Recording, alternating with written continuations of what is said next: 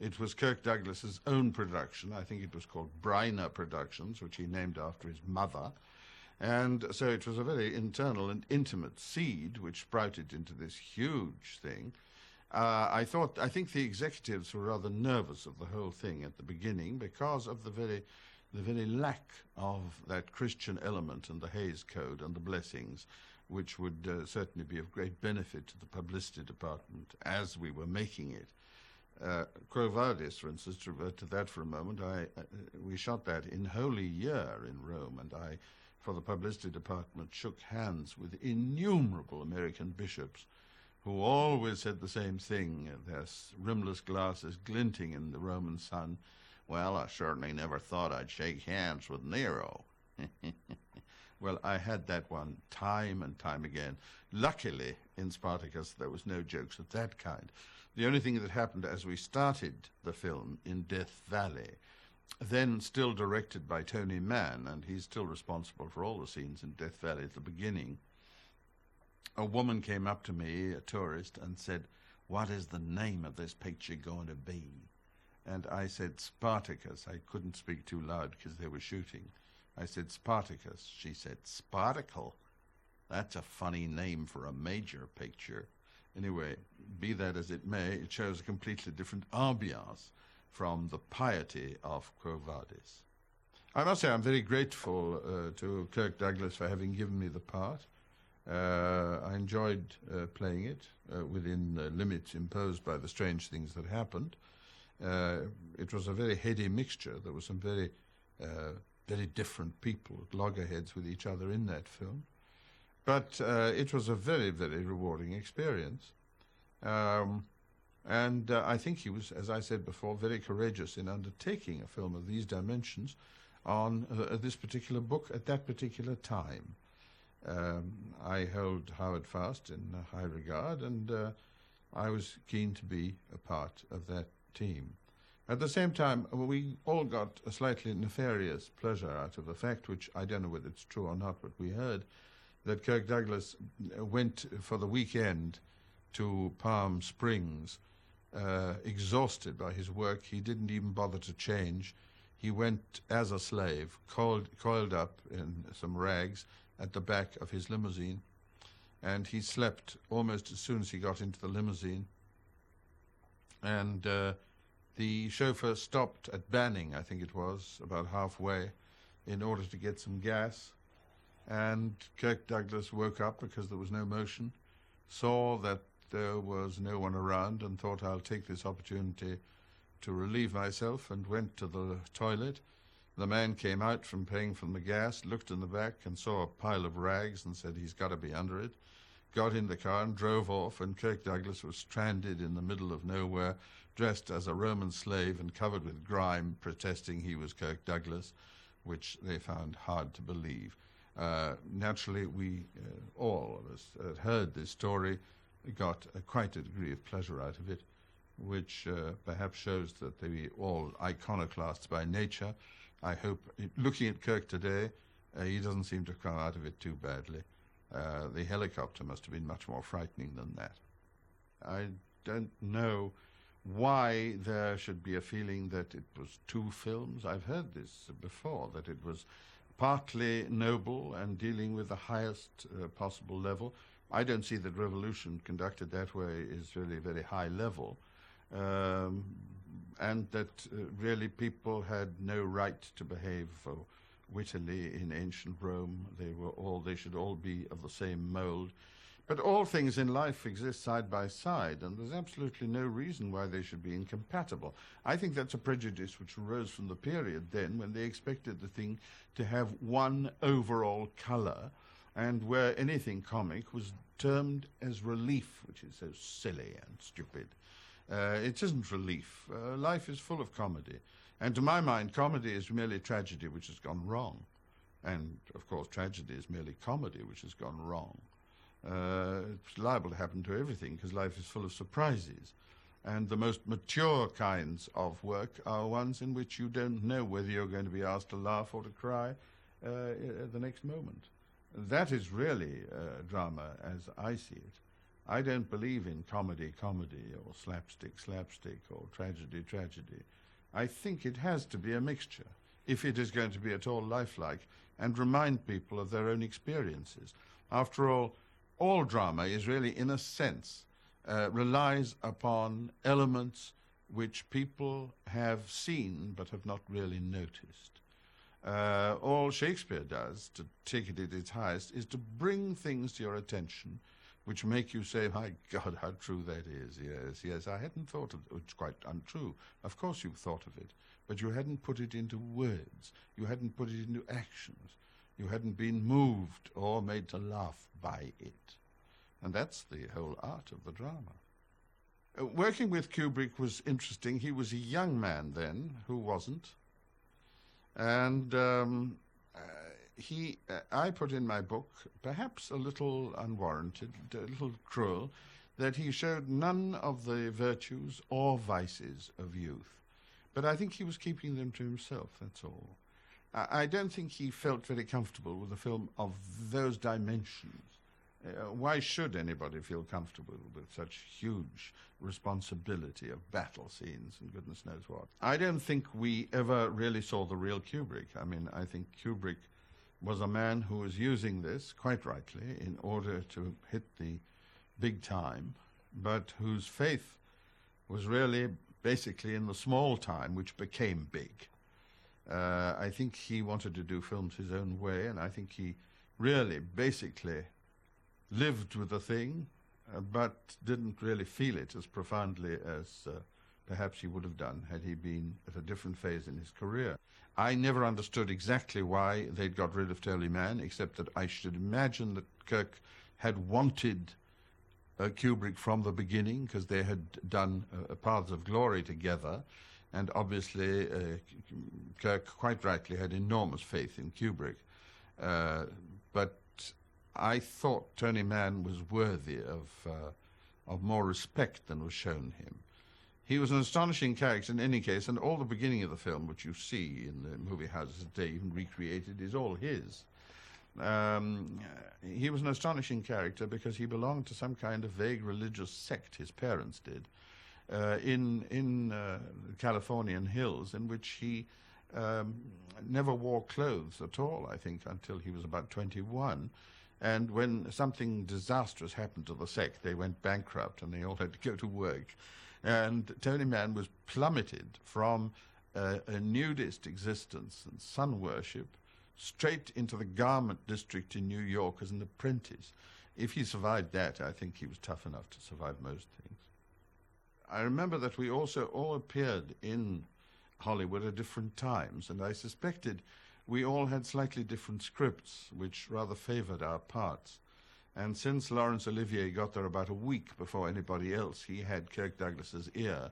And when we did the first reading of this, it didn't quite resemble what we'd received in the post and agreed to. And I remember that first reading with enormous clarity, because I was dressed in a relaxed manner that you find me in today, except I've moved with the times, I think. And Charles Laughton was in a dressing gown with his hair in curlers. And Olivier was dressed normally with a sports jacket. Kirk Douglas was dressed as a slave and covered with dirt and grime. He'd already been leaping from things. And John Gavin was dressed in the full regalia of an important Roman chief of the period. We started the reading, and it was quite different. It started out with Olivier in this version. And he put on a pair of glasses, very relaxed, and started reading the script. O great Lord, although I don't know what, you will hail, O great one. And it was like a litany in church. I couldn't hear what he was saying. And I saw Laughton's face out of the corner of my eye going. Then Laughton came in, made his entrance, and said, Hail, you great gods of Rome. And again, it was practically inaudible.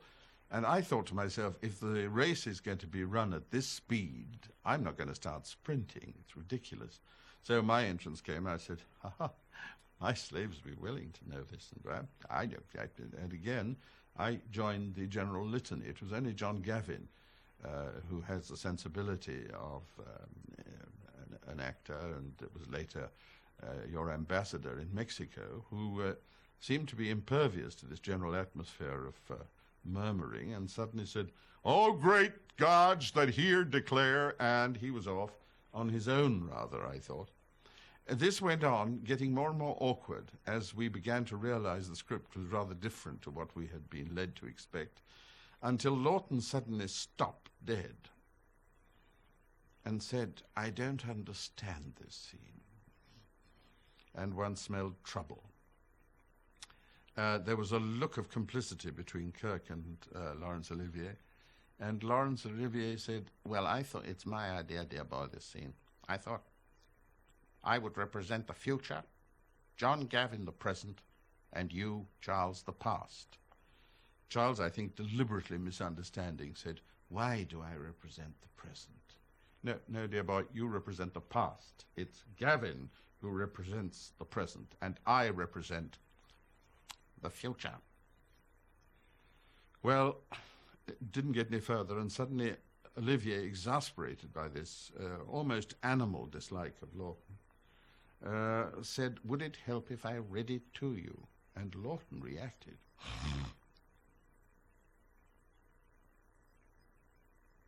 Yes. Laurence Olivier changed his glasses and read the scene. The quality of the silence greeting him was such that he eventually didn't have the courage to finish it, and said more or less like that. And Laughton said, biding his time, "Yes, I thought for a moment, a little while back, that I might eventually understand it. Now I'm afraid I'm completely lost." And we abandoned the reading. We all went back to our places, and that was largely why Laughton became extremely difficult and wouldn't do what he was given. And that's when I was called in by the powers that be and asked to write the scenes between him and myself, which I was glad to do.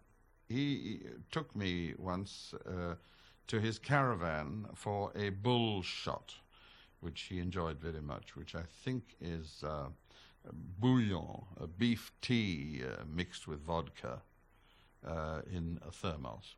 And he kept a thermos of it under his toga and produced it occasionally. And we sat in his caravan on the Universal lot discussing life. And suddenly one of those loads of tourists arrived. Universal was, unlike other studios, encouraged visits from tourists and charged rather heavily for them. And two ladies passed by, and they both looked at Laughton and said, "Oh, don't tell me. Oh, the greatest. Oh, you are the greatest."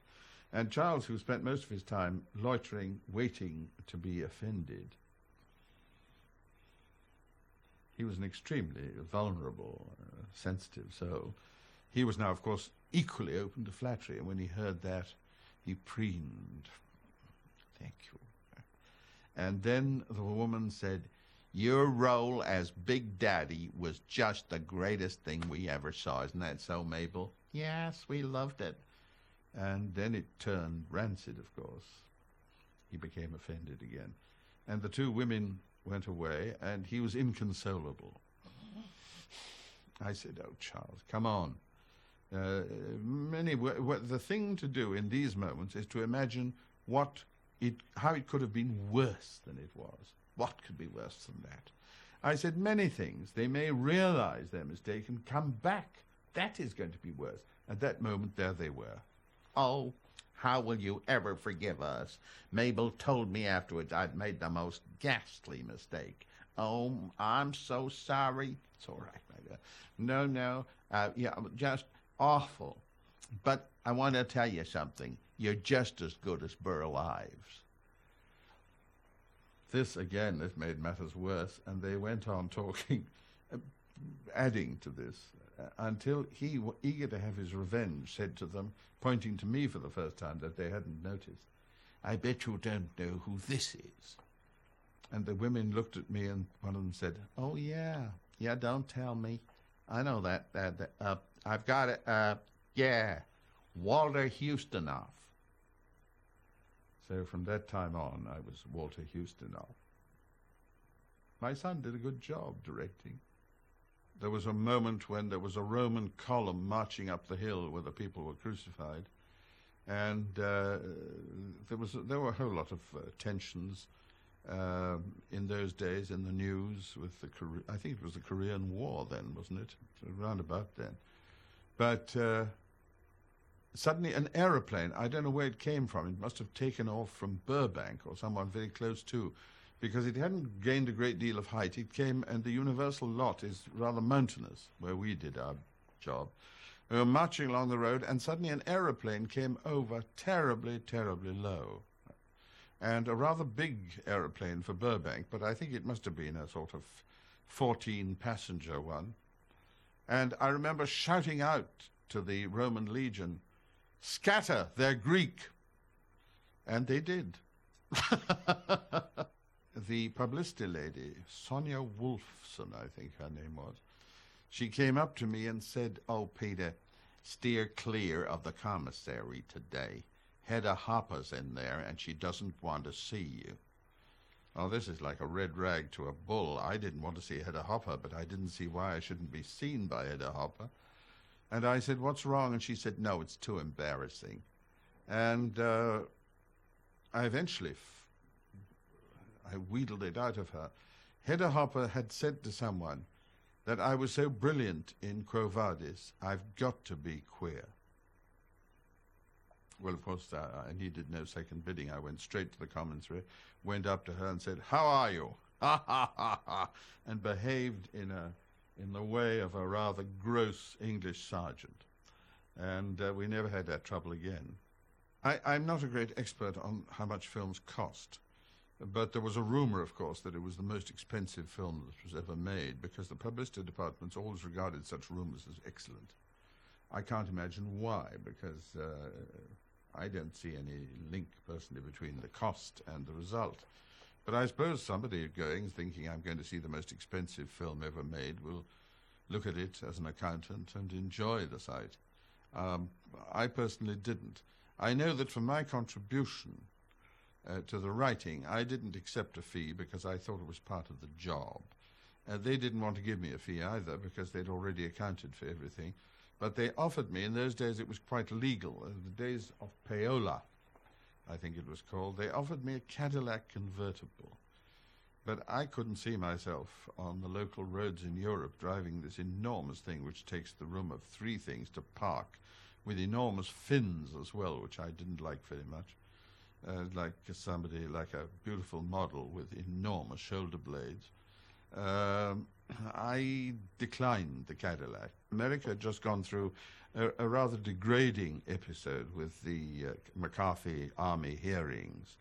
And there was still a backwash of all that. Nobody quite sure whether it was over. It's like an illness. They didn't know whether it was safe to get out of bed yet. And we just hit that period. And Kirk, with a great deal of courage, it's awful to say that it had to be courage, but it was, got Dalton Trumbo, who was blacklisted as no one else was, to write the script. He wrote the script under the name of Sam Jackson. Nobody knew who Sam Jackson was, but it was obviously a mysterious character who was involved in this. And when I wrote my sections of it for Laughton, I handed in my script under the name Stonewall Ustinov. I thought that made a nice couple of writers. I was taken by Tony Mann to see Dalton Trumbo at the beginning, and he was living as a kind of comfortable recluse with a parrot, I remember. And I found him a very engaging fellow, and I got on awfully well with him. Kirk Douglas makes some sort of mention in his book that one of the reasons for firing Tony Mann was that he gave me my head, and he'd obviously broken some kind of confidence in showing me Dalton Trumbo at work. Tony Mann, who was a very delightful character and a very interesting character, did it, I think, because he thought we would enjoy each other. In that sense, he was absolutely right. I enjoyed Dalton Trumbo, and I had no respect for the Army McCarthy hearings. In fact, I'd done two very explosive pieces at the behest of the BBC, for the BBC, just about those hearings. and I was attacked then by a columnist called Jimmy Fiddler, I think. I don't know whether he still exists, who came off his roof and said that was the way I repaid American hospitality, by attacking Senator McCarthy. Well, I'd do it again at a drop of a hat. I remember rather criticized when I got the Oscar for it for not looking surprised. Well, I'll tell you why. I'm not a believer necessarily in the zodiac or in numerology, but it's been a fact throughout my life that 6 has been my lucky number. I can't tell you why. I was sitting in another Cadillac with my lawyer from New York, who's still my lawyer from New York and a very old friend, and who said to me, "Peter, don't count on winning. They got Sal Mineo in there, and they've just done Exodus, and there's an enormous swell of pro-Israeli feeling, and I think it's got to go to him." I said, "I'm quite prepared for it to go to anyone you like." And then I looked at the distant building as the cars were standing in line, and it said in luminous letters, 33rd Annual Oscar Awards. I thought, that's strange. And then I looked at the ticket, and it was seat number 24 in row F, both of which add up to 6. Then I looked at the tickets for the banquet afterwards, and I'd been invited to Warner Brothers' table, for whom I was going to do the Sundowners, and it was table number 6. Then I looked at the other table to which I'd been invited, which was Allied Artists, a small company of the time, therefore it had a much higher number. I was going to do Billy Budd for them, and it was table number 42. And I said to my lawyer, there's too much of a coincidence, all this. I have a strange feeling I've got a chance. He said, "Peter, don't let it enter your head. I don't want to see you disappointed. Make your mind up now. You're not going to win. Sal Mineo's got it." And then I explained to him why. And the driver of the car, the Cadillac, said, "Well, I got to tell you, I was supposed to drive Sal Mineo, but they switched plans, and I'm driving you instead, and it's my 33rd birthday." I said to myself, that does it. And so when they read out my name, I kissed my wife, I think, and went on the stage, and people said, "You didn't look very gracious. You didn't look surprised." Well, why should I, with that kind of evidence?